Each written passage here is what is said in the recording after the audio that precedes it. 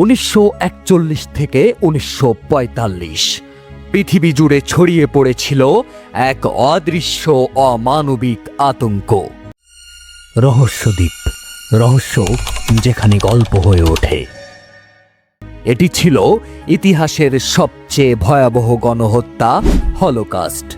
এক ধ্বংসযজ্ঞ যেখানে 6 মিলিয়ন নিরীহ মানুষকে মেরে ফেলা হয়েছিল শুধুমাত্র তাদের জন্মগত পরিচয়ের কারণে। মানব ইতিহাসে এক অন্ধকার অধ্যায়, যেখানে মানবতার নিষ্ঠুরতার সীমা ছিল চরমে। সাল 1933, যখন অ্যাডলফ হিটলার ক্ষমতায় আসেন, তখন কেউ ভাবতেও পারেনি যে এই রাষ্ট্রীয় সন্ত্রাসের মন্ত্র কি বিশাল পরিণতির দিকে ঠেলে দিবে। হিটলার ও তার নাজির পার্টি এক ভয়াবহ আদর্শ প্রচার করতে থাকে: আর্য জাতির উত্থান এবং অন্য সব জাতি, বিশেষ করে ইহুদিদের নিচু শ্রেণী হিসেবে চিহ্নিত করা। প্রথমে আইন, তারপর শারীরিক নির্যাতন, ইহুদিদের সমাজ থেকে বিচ্ছিন্ন করতে, তাদের সবার অধিকার কেড়ে নিতে একের পর এক বিধিনিষেধ আরোপ করা শুরু হয়। কিন্তু এর চেয়ে আরও অনেক বেশি ভয়াবহ কিছু ঘটতে চলেছিল, যা পৃথিবী কখনোই ভুলবে না।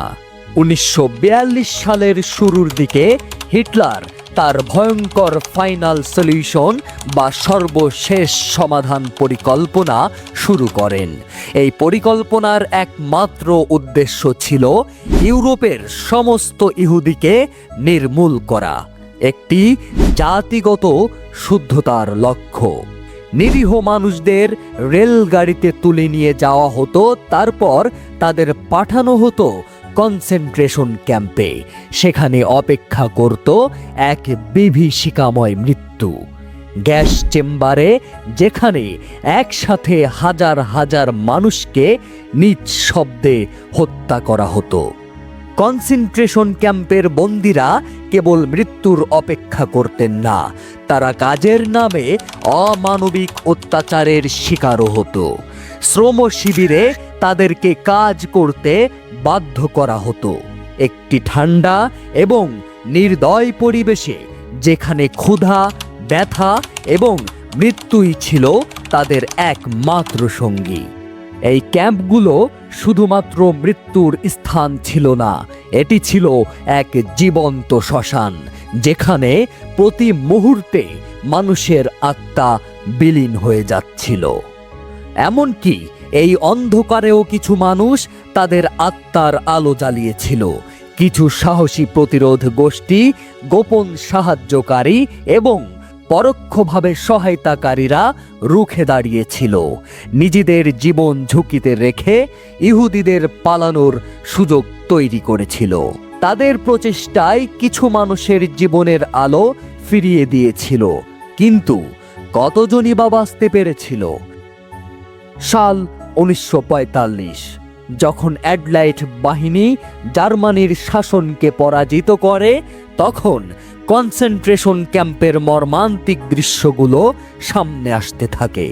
তবে সেই মুক্তি কখনো সত্যিকার অর্থে মুক্তি হয়ে উঠতে পারেনি, কারণ এই ভয়াবহতার পরিণতি সারা জীবনের জন্য ক্ষত তৈরি করেছে। আজও হলোকাস্টের ক্ষত আমাদের স্মরণ করিয়ে দেয় যে ইতিহাস থেকে শিখতে না পারলে মানুষ আবার সেই ভুল করতে পারে। একদিকে মানবতার অন্ধকারতম অধ্যায়, অন্যদিকে এটি আমাদের শিক্ষা দেয় মানবাধিকার, সহিষ্ণুতা এবং অপরকে সম্মান করার গুরুত্ব সম্পর্কে।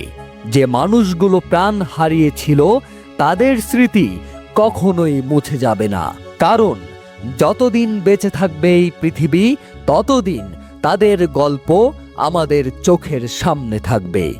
একটি স্মৃতি, একটি সাবধান বাণী, যা মানবতাকে কখনোই ভুলতে দেয় না।